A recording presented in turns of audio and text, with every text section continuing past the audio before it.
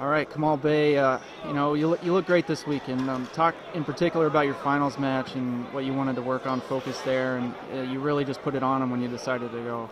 Well, I started off the match just filling him out and stuff. I can tell his coaches had me scouted, so they know what I was going to do.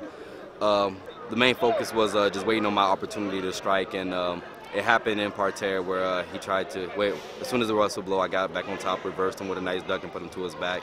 At that point, once I got the lead, I knew he had to come and wrestle me, and that's when a lot of stuff opened up, and I was able to get my last my 4-point takedown. Can you talk about your mentality a bit? It seems like you were really patient this tournament, but you also, at the same time, threw up a lot of points.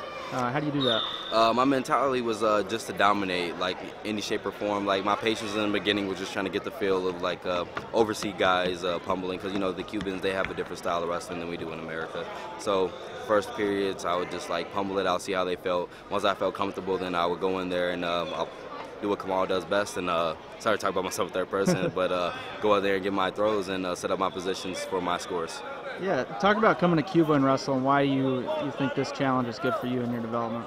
I think it was a good challenge in my development because I never wrestled a Cuban before, honestly.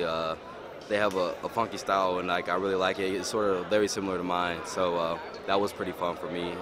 Coming out here, just wrestling in the humidity, it's pretty hot out here, knowing how to compete when you and your opponent are both really wet, and getting to your positions and still being able to score.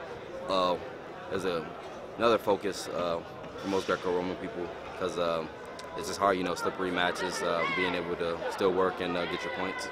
So what's it been like coming to these tournaments now, having the Junior World Champ tag? I mean, that's, when you look at a bracket, you get pointed out because of that honor that you had, that thing that you earned. How's it been dealing with that? There's a lot of pros and cons. One thing, everybody knows who I am, and I consider that a pro, but it's also a con because everybody knows what I do. So I have to come out in matches and just be a little more subtle in my approach to getting my takedowns rather than just firing like I usually do. So that's one of the biggest changes in my mentality, my focus, and my preparation for matches. What's coming up next for you? You got any plans for the near future? Well, we're going to Denmark to train. I know I'll be competing in NYAC, and I don't know what else comes up in March, but I'm looking forward to competing in March too.